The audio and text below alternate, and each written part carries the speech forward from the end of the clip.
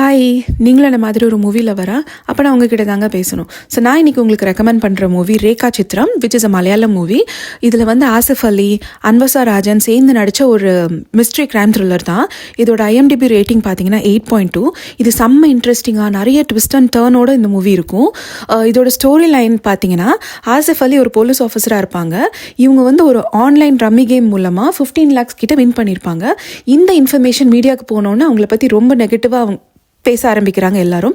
ஏன்னா ஒரு போலீஸ் ஆஃபீஸராக இருந்துட்டு எப்படி ஒரு இல்லீகல் ஒரு ரம்மி கேமை வந்து இவங்க என்கரேஜ் பண்ணலாம், எப்படி அதில் விளையாடி இவங்க வின் பண்ணலாம் அப்படிங்கிறது மாதிரி நிறைய விமர்சனத்துக்கு உள்ளாராங்க.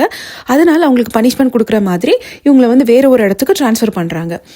ஸோ அந்த ட்ரான்ஸ்ஃபர் பண்ணி இவங்க ரீஜாயின் பண்ண ஃபஸ்ட்டு டேலேயே ஒரு 40 years முன்னாடி உள்ள ஒரு கேஸ் ஓப்பன் ஆகுது.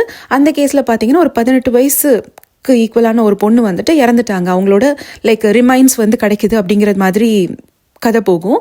ஸோ அந்த பொண்ணு யாருன்னே தெரியாது. அதை வந்து இவங்க இன்வெஸ்டிகேட் பண்ண போவாங்க.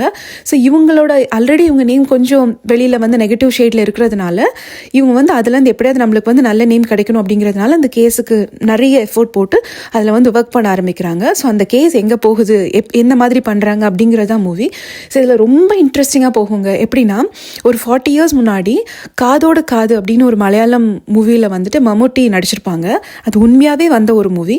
ஸோ அந்த மூவி செட்டில் இருந்து ஒரு பொண்ணுக்கு நடந்த ஒரு இன்சிடென்ட் மாதிரி ஒரு பேரலல் யூனிவர்ஸ் அப்படிங்கிறது மாதிரி கான்செப்டில் யோசிச்சு வந்து பண்ணியிருப்பாங்க. அதில் வந்துட்டு மம்முட்டியெல்லாம் AI மூலமாக வந்துட்டு கொண்டு வந்தது எல்லாமே இந்த மூவியில் செம்ம இன்ட்ரெஸ்டிங்காக இருக்கும். இதோட ஸ்க்ரீன் பிளே ஆகட்டும், மியூசிக் ஆகட்டும், எல்லாமே செம்மையாக அப்ரிஷியேட் பண்ணலாம். ஃபைனலி அந்த அந்த பொண்ணை யார் கொலை பண்ணா, என்ன ரீசன்னால அவங்கள வந்து கொலை பண்ணாங்க, செம்ம இன்ட்ரெஸ்டிங்காக இருக்கும். நீங்கள் கண்டிப்பாக பார்க்கலாம். இஃப் இன்கேஸ் நீங்கள் இந்த மூவி பார்க்கலன்னா பாருங்கள். பார்த்துட்டு உங்களோட தாட்ஸ் என்ன அப்படிங்கிறது என் கூட ஷேர் பண்ணுங்கள். So yeah, take care every one. By.